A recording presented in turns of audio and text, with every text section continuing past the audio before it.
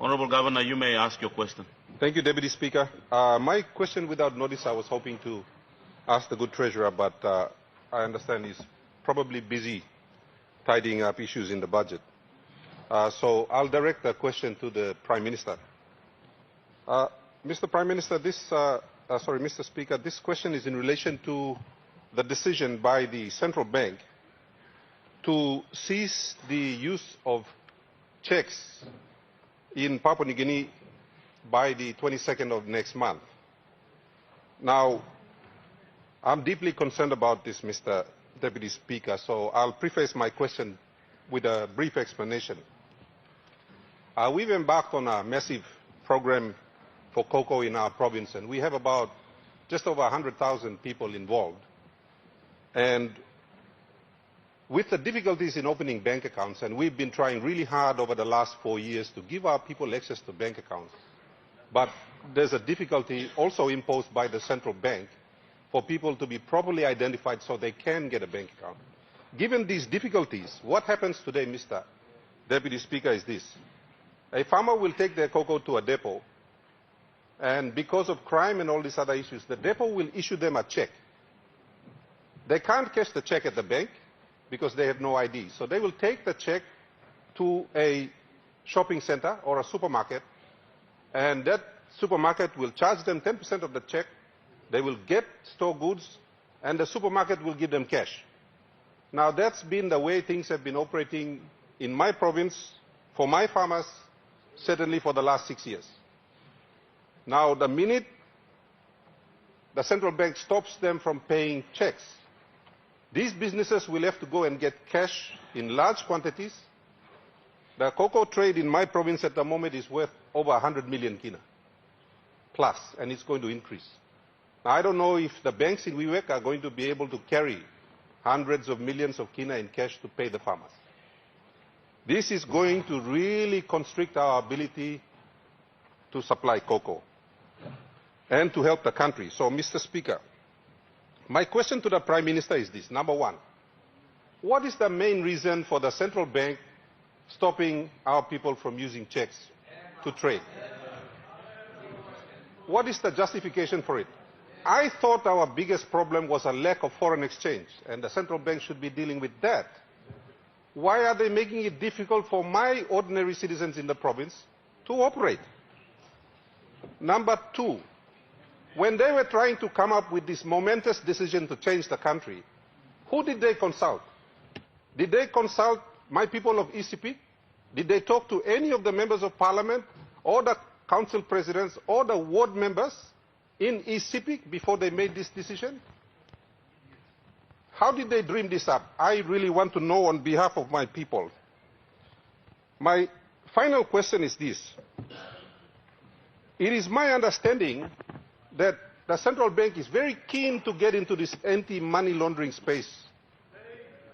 And as a result of that, and Tokwin Tasolmi Harim, they want to stop my people from using checks. Now, why is the central bank very excited and enthusiastic about stopping anti-money laundering? One time through all catching one terrorist long Middle East come na laundering money belong em through lo Papua New Guinea lo financing terrorism lo America. When did that happen?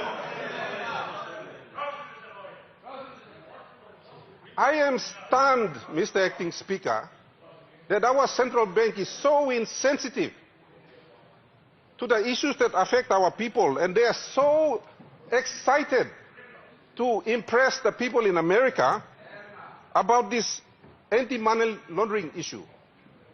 If there's one single person being prosecuted to justify this unfair trading sanction on not just my people of East Sepik, but I think all the people of Papua New Guinea, it needs to be explained. Otherwise, Mr. Prime Minister, I mean like asking you through, Lord Speaker, we suspend the entire management of central bank, replace them with competent economists who will do things that are good for the country, Mr. Prime Minister and Mr. Acting Speaker. I am tired of this nonsense, looking for every opportunity to make it difficult for my people to operate. Thank you, Deputy Speaker. The Honourable Prime Minister. Thank you, Mr. Deputy Speaker.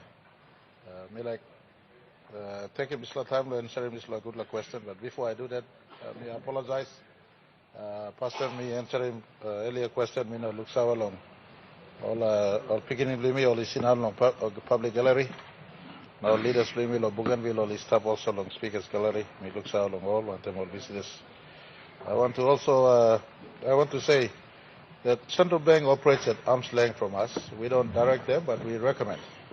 But in this issue of transferring to cancelling the use of checks, I concur with the public concern raised by Governor. Governor, I will order Treasury to have an immediate dialogue with them. I don't think we are ready yet as a nation to migrate to use of checks. Within me, I have the powers to direct our national treasurer, and our treasurer will work with central bank.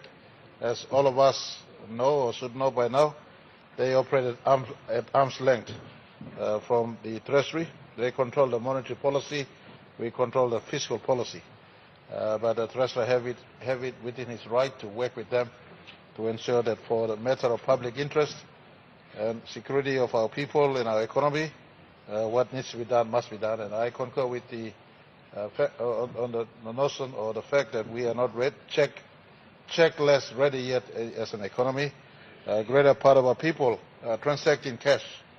A greater part of people have feel safe and secure with the use of cash in our economy.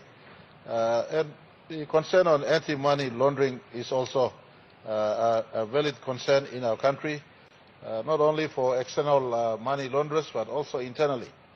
But I want to answer that concern in this manner, that this Parliament, starting 2020 when we took office, we have installed the Independent Commission Against Corruption.